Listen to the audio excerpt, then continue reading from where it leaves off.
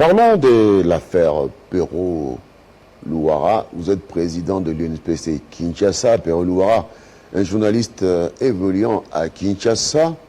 Ça fait parler la talle. Pero-Luara, qui a tenu des propos, qui a analysé la situation, qui a dit des choses qu'on n'aimerait pas dire sur ce plateau pour des raisons purement d'éthique.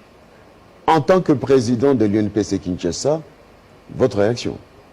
Écoutez, moi je pense que tout ce que j'ai toujours professé dans ce pays, depuis d'ailleurs que je suis rentré, parfois les gens écoutent et n'écoutent pas.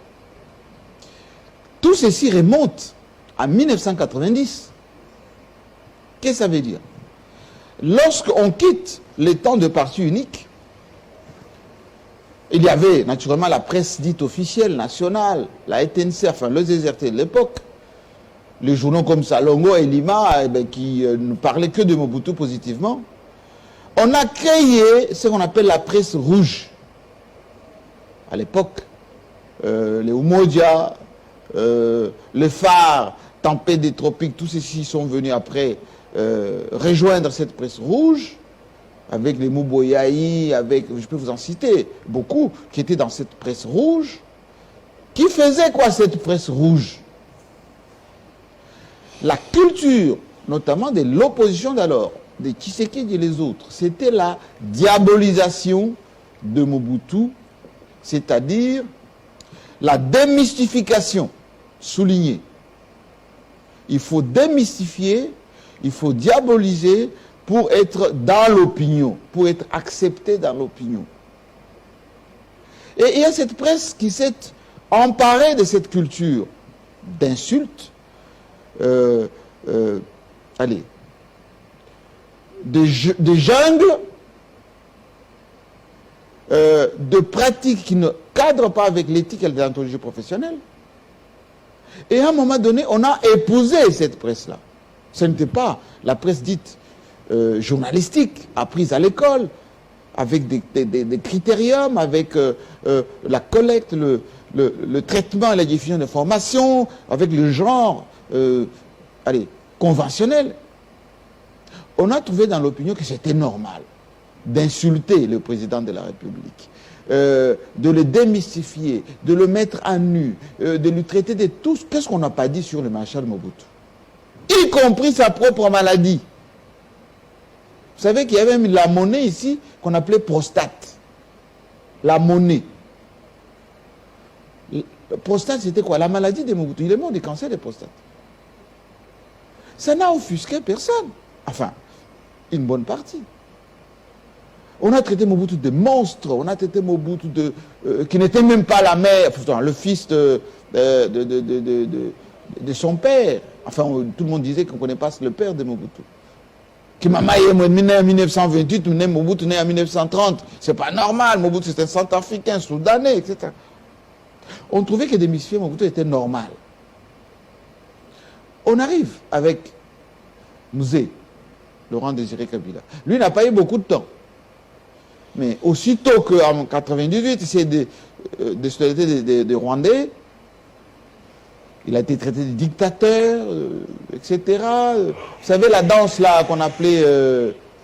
allez, j'ai oublié. Bébé Iko? Non, la danse à l'époque qui était ici, on singeait la démarche de Mouzé. Ici à Kinshasa. Mais son fils, quand il arrive, président de la République, en 2001, qu'est-ce qu'on n'a pas dit sur Joseph Kabila, Kabange? Ce n'est pas le fils de son père, rwandais. Son père s'appelle Kanambe. Les enfants qu'il a là, les enfants, Sifa et Laurent Désiré, non, ce sont les enfants d'Éric Lengue. Ce n'est pas ses enfants. Il n'a pas été à l'école. Il passe tout le temps avec Nintendo. Il était chauffeur de FAO. On a tout dit sur Kabila. Et les gens trouvaient que c'était normal. Et on le disait, y compris par lui-même, Pero. Quand il a été avec, comment dire, digital, etc., vers la fin. Mais il y a des députés qui sont élus aujourd'hui parce qu'ils avaient comme culture l'insulte, la démystification, la diabolisation. Ils sont élus au Parlement. Aujourd'hui, cette culture adoptée autrefois, ces gens-là pensent, ou plutôt ceux qui ne sont pas d'accord avec le président de la République, parce qu'ils sont issus de la culture de 1990, ils ont vu leur père, leur grand frère faire tout cela, ils le font. Parce que Perrault est petit frère de tous ceux qui font tout cela. Ils le font vis-à-vis du président de la République. Il y a naturellement réprobation. Moi le premier. J'ai toujours dit qu'un président de la République, ça se respecte. En tant qu'institution, en tant qu'homme, ça se respecte. Du point de vue de l'éducation, du point de vue de principe, du point de vue, allez, de mieux vivre ensemble. Il y a un bonhomme, un monsieur, enfin, je ne sais pas comment on peut l'appeler, qui se présente comme étant le communicateur officiel ou privé.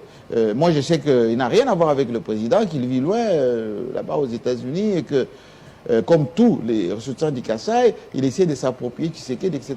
Il insulte, alors dans des termes crus, les officiels, y compris votre serviteur. Je n'ai pas vu une condamnation, on va dire officielle, ou plutôt de certains appareils proches du président, pour dire on se désolidarise de ces propos et ces types ne représentent rien. Sauf Lokabwanga, qui l'a fait il y a à peine 2 jours, parce qu'il a lui-même il a été insulté.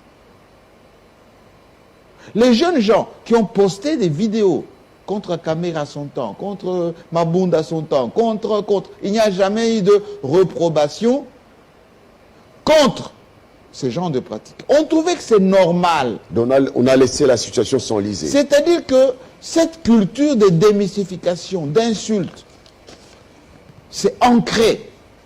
C'est devenu normal. Alors, moi, président de l'UNPC Kinshasa, je condamne. Je condamne comme j'ai condamné hier.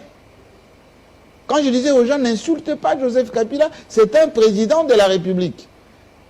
Il disait non, Kabila il tue les gens, Kapanga et compagnie, c'est pas normal, il ne mérite pas notre... Aujourd'hui, on se rend compte que Félix Tshisekedi, c'est le président de tous les Congolais, président de la République, en tant qu'homme, en tant que père de famille. Kabila était père de famille. Il avait 2 enfants, il avait, etc. Mais on l'insultait tellement qu'à un moment donné, les gens ont oublié qu'il était père de famille.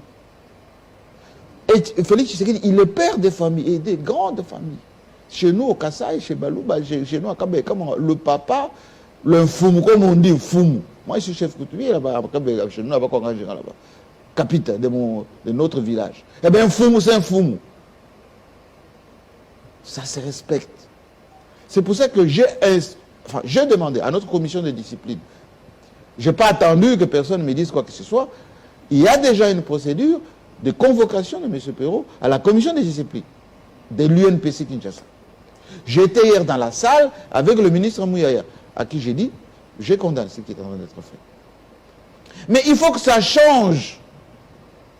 Il ne faut pas seulement trouver dans le chef de Félix Tshisekedi la victime ou la personne qui aujourd'hui vilipendée. Il faut regarder aussi ce qui se passe ailleurs. L'équité, c'est aussi cela. Lorsque les jeunes gens, jusqu'aujourd'hui, continuent à traiter des gens qui ont dirigé ce pays dans des termes, on va dire, indécents. Matata Mpogno, oui, mais il a planté les maïs à Bukangalonzo, il a récolté l'université là-bas chez lui, sans connaître la vie de Matata Mpogno. Kamer est la même chose, c'est un petit voleur. J'ai même mis une vidéo où on a monté des choses, qu'on a vu des caisses d'argent à Bukavu, dans une résidence de Kaméré, comme si Kaméré était bête de prendre des caisses d'argent quittant ici à Kinshasa pour aller les cacher chez lui à Bukavu là-bas. À Walungu. Oui. J'ai vu comment on traite Moïse Katumbi, qui est aussi père de famille, gouverneur, homme politique. Il faut voir dans les termes. On parle de son père, on parle de lui-même. Enfin. Et Joseph Kabila, jusqu'aujourd'hui, il n'est pas président de la République. Mais on lui attribue tout. On l'insulte encore qu'il n'est pas président de la République. Et on n'est pas à même de condamner ça. Ce que vous reprochez à l'autre, comme on dit chez moi en Chibouba, quand tu vois dans l'œil de ton voisin, tu vois une petite paille comme ça, en fait, un petit grain de sable. Mais tu ne regardes pas le gros paille qui est dans ton œil. C'est ça que tu ne comprends pas. Ce qu'a fait Perrault, c'est consécutif à ce que j'ai toujours dit. Nos jeunes gens, ou plutôt la presse rouge, parce que maintenant on commence à la faire manger. Elle mange mal.